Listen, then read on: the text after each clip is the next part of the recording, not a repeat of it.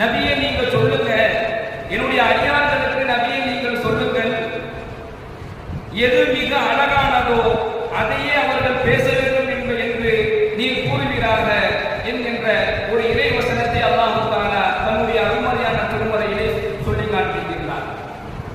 நபியே, என்னுடைய அடியார்களுக்கு எது மிக அழகானதோ அதையே அவர்கள் பேச வேண்டும் என்று நீங்கள் சொல்லுங்கள். அப்ப எல்லாம் வல்ல இறைவன் நாம் இந்த உலகத்தில் பேசக்கூடிய நம்முடைய பேச்சுகளில் கூட அழகானதை அல்லாஹ் விரும்புகிறார்.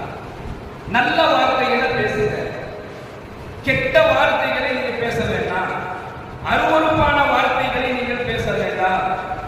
உங்களுடைய எதிரில் இருக்கக்கூடிய உங்களுடைய சகோதரனுடைய மனம் உள்ளங்கள் புண்படக்கூடிய வார்த்தைகளை, கடினமான வார்த்தைகளை நீங்க பேச வேண்டாம்.